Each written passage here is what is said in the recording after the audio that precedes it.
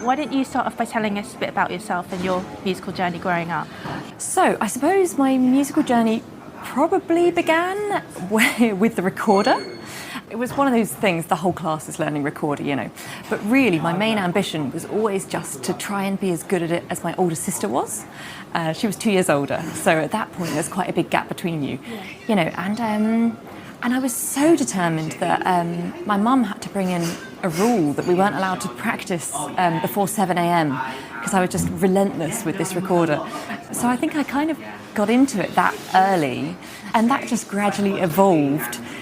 You know, as soon as you actually kind of start to get quite good at something, then it becomes more and more fun. So in a way, I sort of skipped those early stages of toiling over the first few notes because I just absolutely relentlessly practiced to try and catch up with my sister. And she never lets me forget. She's not a musician now, but she never lets me forget that she was always the better recorder player. Yes, I moved on to the flute, and I was at a state comprehensive school in Croydon. Not the best school in the world, has now been shut down by Ofsted. But I was just so lucky that there was this sensational flute teacher there. So I'd actually started off in primary school being taught by a bassoonist, for which reason I think it took me absolutely years to correct some of the incorrect fingerings that she'd taught me. But then when I went to secondary school, there was this sensational teacher, Carolyn Kelly, there, who had a whole group of really, really brilliant flautists. And it's just one of those things where it so depends on who's around you. She ran a group called the Croydon Flute Harmonic, which was a giant flute choir, basically. And so I started going to that when I was probably 11, maybe even 10, and just hearing these diploma level players. And they were only 13. And 14, and it just made me think, oh well, I could do that as well. It was just so inspiring hearing people who were just whizzing around the instrument, you know, and even when I was sort of only doing grade 5 or 6 or something, I just thought, wow, I could get really good at this if I tried, and you know, and be able to play with them. There was like an advanced group there as well. I just remember that very first rehearsal going and hearing someone playing Badinnery, probably very historically inaccurate performance, but very, very fast, and just being like, so impressed. So yeah, really looking up to those players, and there was just this like culture there of, you know, we all did the music festivals and went and played together and supported each other, and it was just an amazing kind of situation to be in. It was just down my road in Croydon. It was kind of completely random that almost everyone there was going to state schools as well, and just this one teacher kind of created this whole culture of amazing flute playing at that time in Croydon. I'm really, really grateful for that actually, because I think that kind of accelerated me in a way that I could never have achieved if I was just on my own. And you know, you learn and grow with the people around you, don't you? Yeah, so I stayed there until sixth form. I went to Chetham's, learnt with Catherine Baker, appropriately, as we are now sitting in the Opera House. Was she? Fantastic. Yeah, she was Halle at the time, so Manchester. Yes, I went to Cheetham School of Music in Manchester, just to be clear, just for 2 years. And I actually did my undergrad at Oxford in academic music. Yeah, we were just saying. Yeah, so I felt like I didn't, essentially, that decision was made for probably the worst possible reasons, in that I didn't have any great aspiration to go to Oxford. I just sort of, it was two things. Firstly, I just wanted to have a proper university experience, and I really felt like going to a conservatoire in London. Well, I'd grown up in London, and I just thought, you know, I want to go somewhere different. And secondly, having been to Chet's for a couple of years, I just thought I don't really want to just be around the same people. You know, everyone was going to RCM, RAM, Guildhall, Royal Northern, and I just thought, I'm just going to spend another 4 years with the exact same people I've spent the last 2 years with.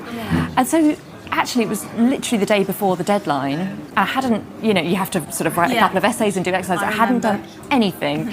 And I mean, I'd never written an essay before in my entire life, which I just hadn't done any. I did maths and German alongside music for my A-levels, so I just didn't really know what I was doing at all. Just sort of stayed up all night, threw together a couple of essays and did my application and just got it in on time. And I mean, I was a bit more prepared by the time I got to the interview, but yeah, ended up going there. And I was just incredibly lucky whilst I was there. I'd had some, because I also had a place at the Royal Academy, because of course I wasn't sure if I was going to get my grades for Oxford, and the music conservatoire offers are usually substantially lower grades required. So I had a place there, but I knew I wanted to go to Oxford once I had been offered a spot. But I'd had some sort of consultancy lessons with Michael Cox, and I just, I knew he was a brilliant teacher, but after having these lessons, I just thought, I have to learn with him. And so kind of just asked him whether he would possibly consider taking me on as a student, even if I didn't go to academy. And he said to me that he would, as long as I made a real commitment to it. Yes. And so I didn't flinch at that. Yeah, absolutely. And did stick to that, really. So the whole time through my academic degree, I kind of did it knowing that ultimately I wanted to be a flautist. Mm-hmm. So I had an immense amount of focus on the flute whilst I was there and playing in all the orchestras and everything. I mean, there's such amazing opportunities there because, you can just play in everything. Yeah, there's like a concert going on every day, isn't there? Exactly. And chamber music and chamber orchestras and operas and, anything you want. So I was doing that and I was commuting to London for my lessons. And, Michael was brilliant. He would often fit me in before a BBC Symphony Orchestra rehearsal. And so I'd get the Oxford Tube, the coach from Oxford to London. Yeah, no, well. I'd hop on that at like 5 a.m. so that I could be sure that I'd get there for an 8 a.m. lesson. Yes. Wow. And so I just associate the Oxford Tube so strongly now with both being extremely tired and hangovers. Yeah. Oh, okay. So I struggle with it these days, yeah. No, but that was really great and was really, really lucky to have him as a teacher whilst I was there. And I went to Royal College of Music for my postgrad. Got my job at E&O when I had just finished my postgrad. So I think I had about 6 months of sort of no man's land of freelancing in between finishing studying and getting my job, in which time I was absolutely terrified. So I don't think freelancing was for me. I was very glad with how the timing worked out for that.